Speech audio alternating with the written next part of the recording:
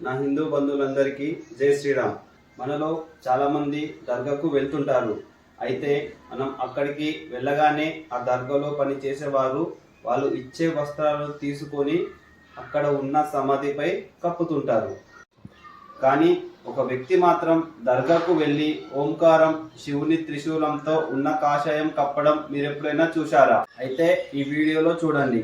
भगवत का सार है कि युद्ध ही तो वीर का प्रमाण है। कौरवों की भीड़ हो या पांडवों का नीड़ हो, जो लड़ सका है वो ही तो महान है।